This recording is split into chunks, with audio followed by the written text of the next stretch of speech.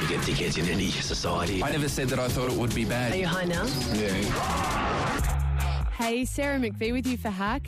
Get ready to have your say on teenage curfews, climbing Uluru, Pugs, and what's happening on Manus. The Senator for the Northern Territory, Malandiri McCarthy, says a decision to ban the climbing of Uluru shouldn't affect tourism or employment in the area. Papua New Guinea is a sovereign government responsible for law and order and for security. Think twice about getting these dogs because they're bred for such extreme features. Lazy policy, and it's just out there to try to get him to the election. Hack on Triple J. In the left corner, comedian Tom Ballard, and in the right corner, we have first-timer lawyer Elly Phelan. Hey, guys.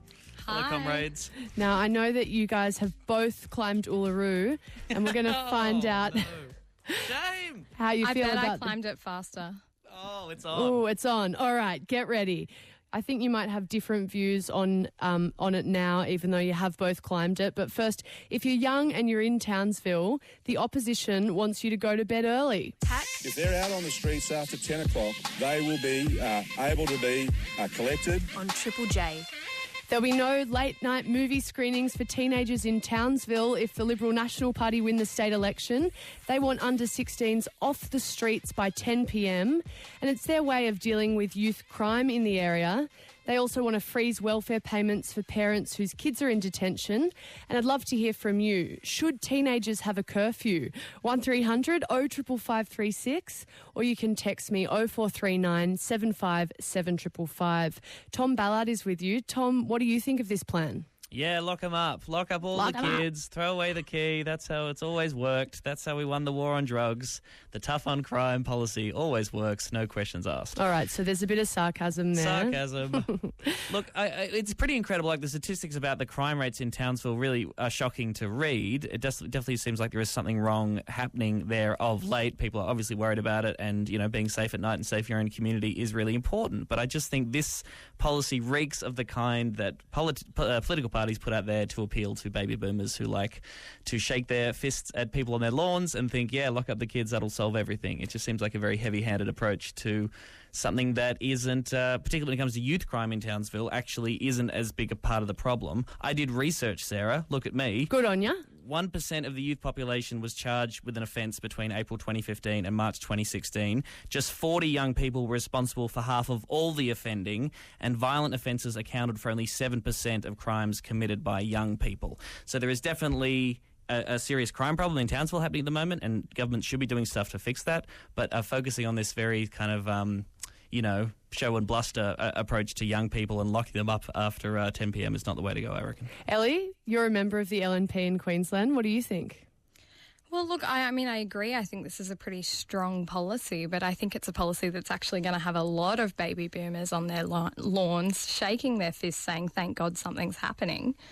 And I think in those stats that you've quoted, Tom, you know, you're not actually going to get all those cases where youth offenders were actually prosecuted because, as you know, under 17, it's really difficult to, you know, put a juvenile through the justice system. I think, you know, Townsville's got to a state where, and it's not just crime, it's unemployment, it's a range of different issues affecting that city. And I think, you know, it's natural for that, like there was a call for a policy of this nature. And I think it's been successful in Perth, where something similar was rolled out about 10 years ago now. And, you know, maybe with a trial here, it will be successful here as well. And if it is successful, would you like to see it spread across Queensland? I mean, if there's areas where there's a call for it, and you know, if it is successful, surely. Elly, did you stay up past 10 when you were a teenager? I must admit, I absolutely did. And do you think it's fair on, you know, people like you? I'm assuming you weren't a young hoodlum, but tell me if I'm wrong. But do you think it's fair on, you know, all teenagers to be punished for the actions of some? Look, it's a fine line to draw. Obviously, yeah, I was out there as a teenager, but I wasn't carjacking or assaulting people. Right, so it's good that you weren't locked up for being out past 10 p.m, right? Well, I wasn't. But, at that's the a point, good system. But at the point where you've got statistics that are so high and disproportionately high compared to the rest of the country, you do have a problem in that area. So if there is something that you can do, then I think it is worth punishing, the many for the few if there's going to be a greater benefit for that community. But whether it's going to work or not, I mean, the government pointed to, I think, America, where curfews have been used quite a fair bit, and the data just isn't quite there. Again, it's something that sounds good. It's like, you get young people off the streets, that'll fix things. But whether the data actually shows that this ends up, making a positive impact on the community and not just picking up a whole bunch of young people, putting more people through the criminal justice system and furthering tensions between young people, particularly in the Indigenous community and the police, is still a pretty large question. Well, I mean, there are, the figures, for example, out of Iceland, they had a really big problem with teenagers, particularly with drinking and taking drugs in the 90s. They introduced a curfew, but it wasn't the only thing they did. They introduced a range of different measures, and they've found that they've had a huge drop-off in the kind of problems that they had. So, Tom, would you support it if it came as part of a mix of measures to get young people kind of on the straight and narrow, I guess? Well, this is it. I mean, and the government has certainly criticised the LNP suggestion, saying that when they were in power, they were cutting other programs that engage young people. I think things like restorative justice, the Koori court system in Victoria, particularly when you're talking about Indigenous offenders, has proven to be pretty successful too. I mean, it's boredom, right? I grew up in Warrnambool in country Victoria. I think it was really boring. Thankfully, I grew up in Benalla in country Victoria. I feel you. Shout outs, But you hear that again in communities like Kalgoorlie too as well. They've had their problems as well. When there's just nothing for young people to do, often they find themselves getting their kicks and their thrills in other ways by being a little bit naughty. On the text line, someone says, curfew 100%. And Kate in Lismore, you say curfews don't work. We need to have more supports for families who are struggling instead of a Band-Aid fix. Hack. We are saying that everyone is welcome to come here and visit the place, but soon the climb is not going to exist anymore. A pretty significant change. On Triple J. There was huge news this week from the heart of Australia. From 2019, climbing Uluru will be banned. And a lot of you have been getting very fired up about this on our Facebook page. Nathan, you say, it's an Australian rock. I'm Australian, so I'll be climbing Ayers Rock whenever I like.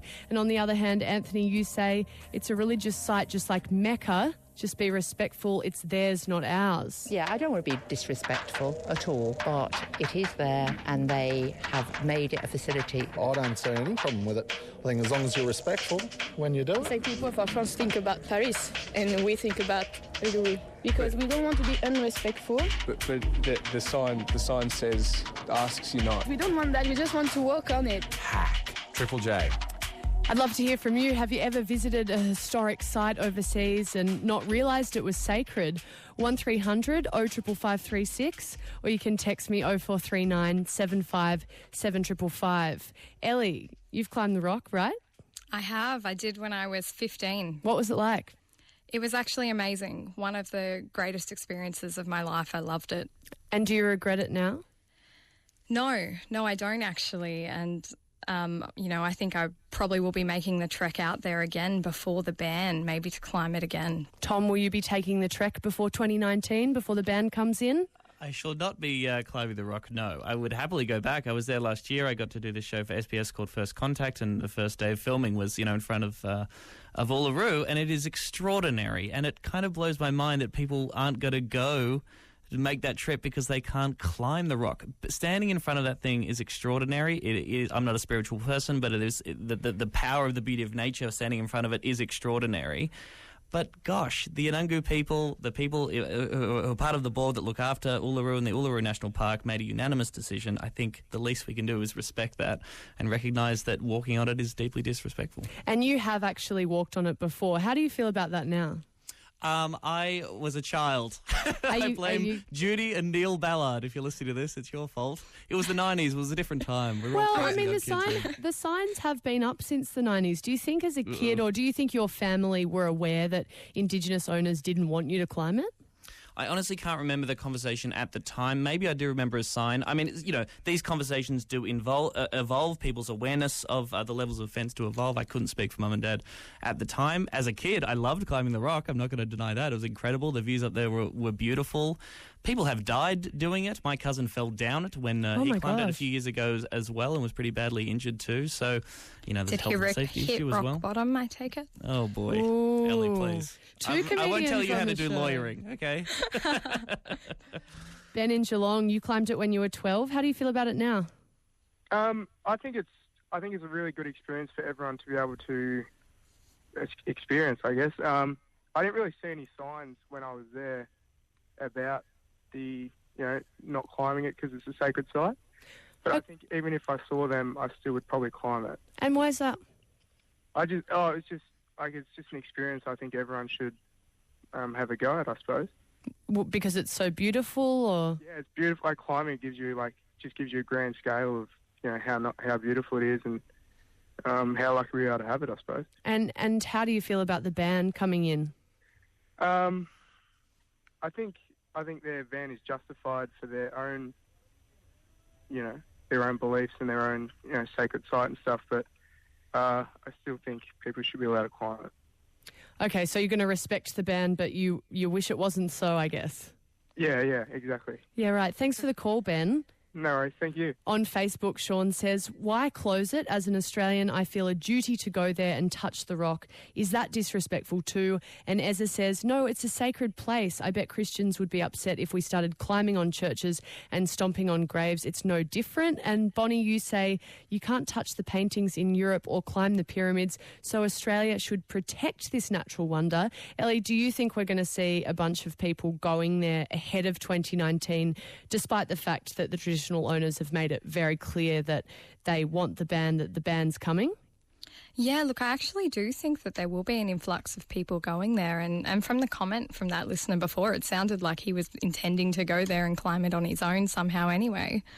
I think it's disappointing that maybe, and I can't speak to this, I don't know, but maybe more should have been done earlier on to make sure people were climbing it maybe in protective gear, or maybe there was, something between people and the rock so that damage wasn't done. I don't know if that's still not, going to address the problem of it being such a sacred area. No, I mean, yeah, the sacred nature of the site, that's it. Even if it was the safest climb in the entire world, that's not quite the issue. The rock itself has huge spiritual and cultural significance for the Inangu people there. I think that Indigenous people in this country have had a pretty raw deal since colonisation, a lot of different ways. And when traditional owners get together and make decisions like this, I think the least that we could do, Australian or not, is respect that. When Australians travel all the time throughout Asia, they're, going to temples or what have you, or, visiting particular natural sites of spiritual significance for the local people there too. Often we are compelled to, and the expectation is that you respect those wishes too. So why not do that at home? Georgia, you're an Indigenous woman. What do you think about the ban? Look, hearing the opinion before from the text line, I think that, you wouldn't climb a church because it's not just a building. You wouldn't climb a mosque because it's not just a building. And you wouldn't climb the sacred rock. I just feel like it's along the same lines. And when you hear people say, well, it's our rock too, it's an Australian landmark and we feel proud of it too, what would your response be to that? Look, my response to that would be, yes, you are an Australian, but look at it from an Indigenous point of view.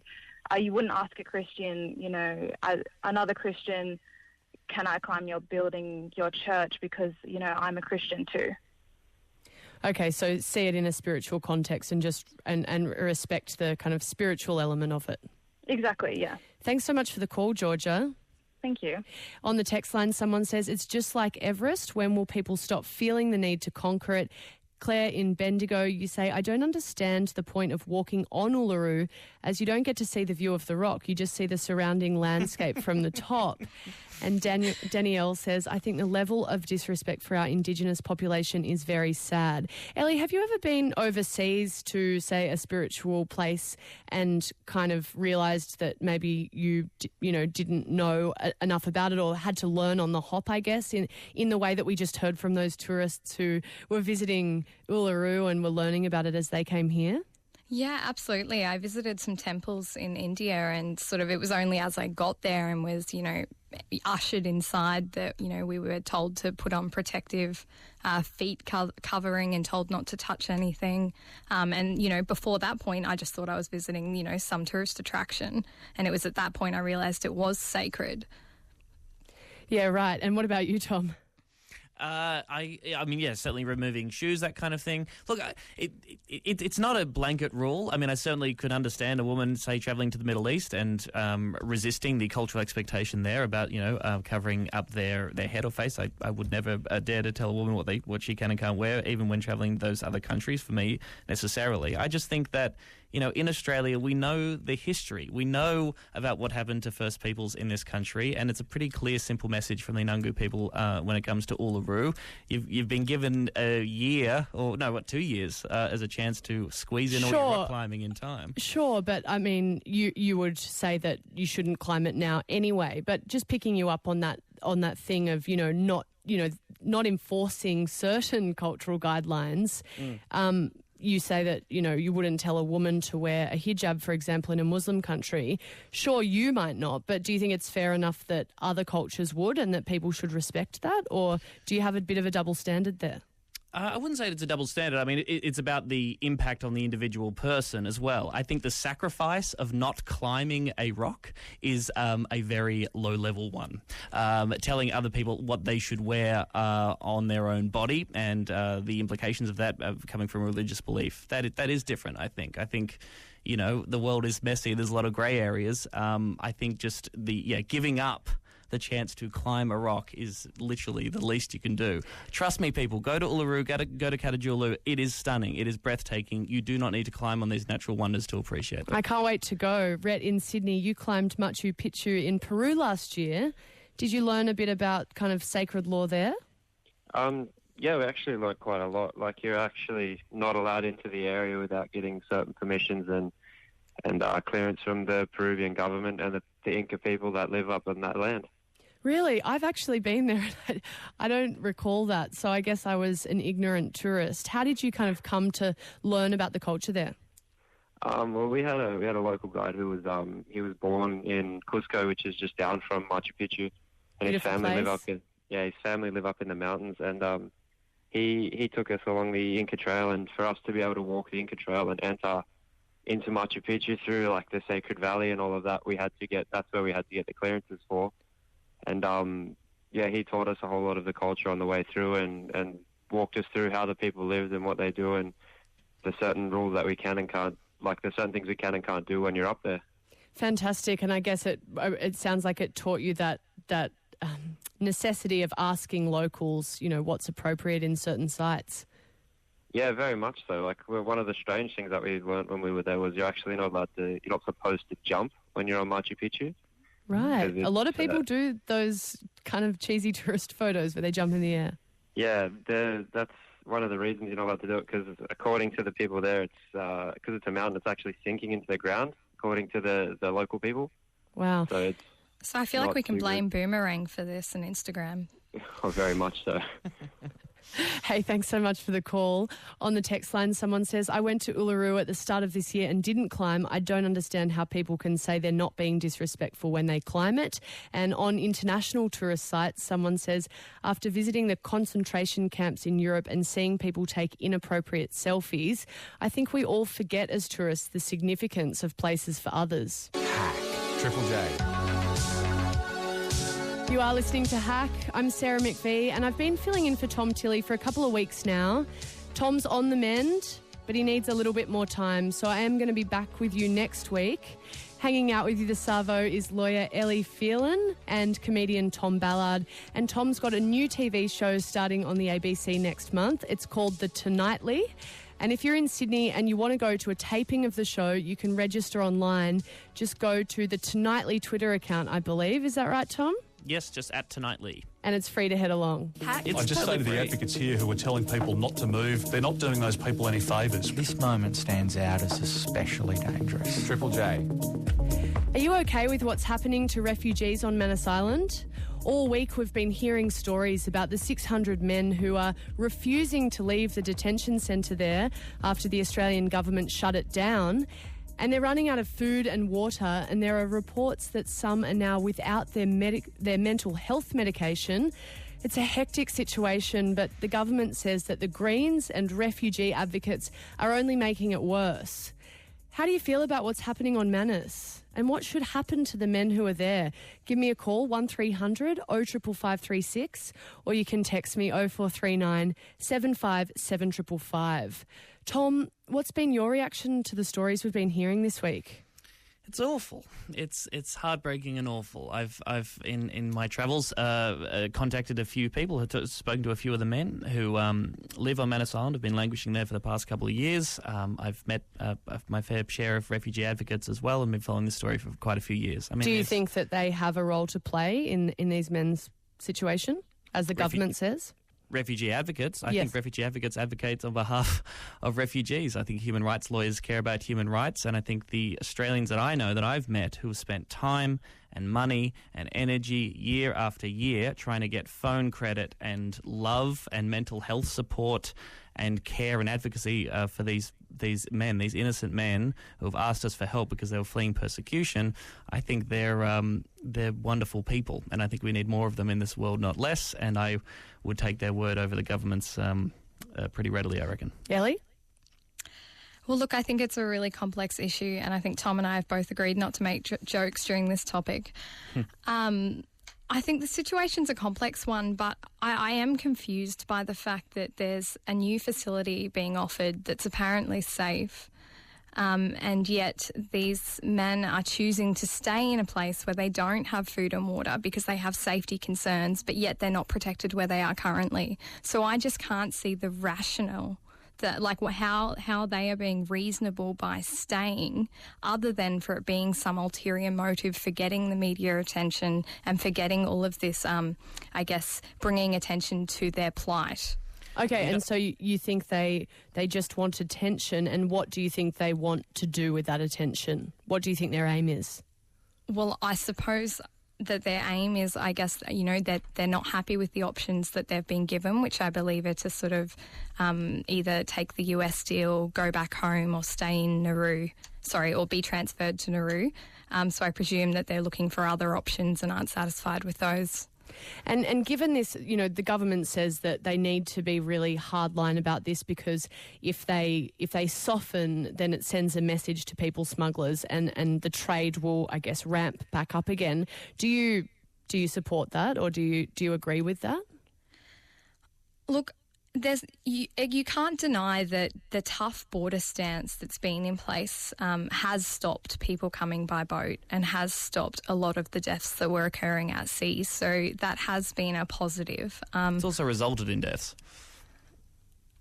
Yeah.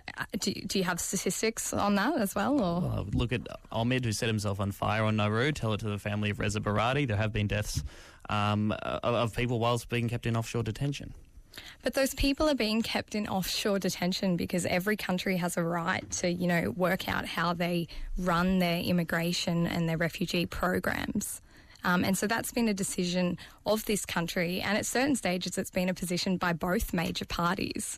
So you can't simply just point to the Conservatives on this one for the strong border policies. No. I know you're not, but it's pretty much across the board that there were some serious issues with immigration into this country, and that they did need to cut it down and do some proper vetting, and that's what's occurred. And do you feel, these men Elly, have been vetted? Some of these men have been found to be refugees. The government still refuses to resettle them in Australia or even New Zealand, as has been offered from the New Zealand government, which the new Prime Minister has reiterated that deal, so they want to give them that option. And this totally goes against the logic of John Howard originally when he set up the Pacific Solution. Eventually, about half of the refugees detained in offshore detention were resettled in Australia after a time, because even the Howard government got to a point where it says, well, we can't just keep these people languishing offshore for years on end. We will bring some of them to Australia. I guess the question is, Elly, do you think that if these men need to suffer ultimately to enforce a policy that does result in less deaths at sea, then that is, that we should accept that? Well, yeah, I think that is ultimately a positive. Bill Shorten wants the men sent to New Zealand. What do you think of that idea? Look, honestly, I wasn't aware that had been something that had been put on the table. I suppose that's a question for the government to consider. But what do you think? Well, I think if that's, I think there's a number that are being given the option to go to the United States. So I don't see why that, perhaps could not be extended to going to New Zealand as well. I personally would think that why not? Tom, a lot of people have made the comment this week that these men used to call for the centre to be shut down, and now that it has been shut down, they won't leave. What do you say to that? I mean, does Elly have a point that they do have somewhere to go? They could be moving into their alternative accommodation, and yet they're choosing to stay in a centre that until now they said was awful and wanted to get out of. Well, a few things. The United Nations investigated one of the new facilities that they say are still under construction. The government denies that, but that's the UNHCR's position on it. We've seen already this week medical professionals, as we have seen over the past couple of years, come out and say that the medical facilities provided to people in offshore detention that Australia funds on Nauru and Manus Island is simply insufficient. So, you can understand why there is a lack of trust from these men towards the Australian government or the PNG authorities. And remember that this centre wasn't just shut down out of the goodness of Australia's heart or the PNG's heart or because they ran out of money. It was found to be illegal by the PNG Supreme Court based on the constitution which Australia helped write. Also, a class action from men on Manus Island was brought to the Australian government and they were paid out $70 million in that particular case. The government didn't admit wrongdoing, but you don't pay people $70 million because you haven't done anything wrong towards them. I don't know, legal fees are pretty high. On the text line, someone says offshore detention centres, including Manus, are a blight on Australia. Matthew in Hobart, you say, I'm totally happy with the government's stance on this. And someone else says, I'm ashamed to call myself Australian. Think twice about getting these dogs because they're bred for such extreme features. On Triple J. That is the sound of a panting pug. Oh, God. They're bred to have very flat faces and they sometimes struggle to breathe, especially if it's hot. Yesterday on the show, the RSPCA warned against buying flat-faced dogs like pugs and French bulldogs, which are super popular. They reckon it's cruel. I'd love to hear from you. Do you have a flat-faced dog or do you agree with the RSPCA? 1300 055536 or text me 0439 757 555. Elly, you got a pug? No, I don't. I've got 2 Labradors. Lucky you. Where'd you get them? I adopted them privately. Okay, and would you pay for a dog from, say, a pet shop?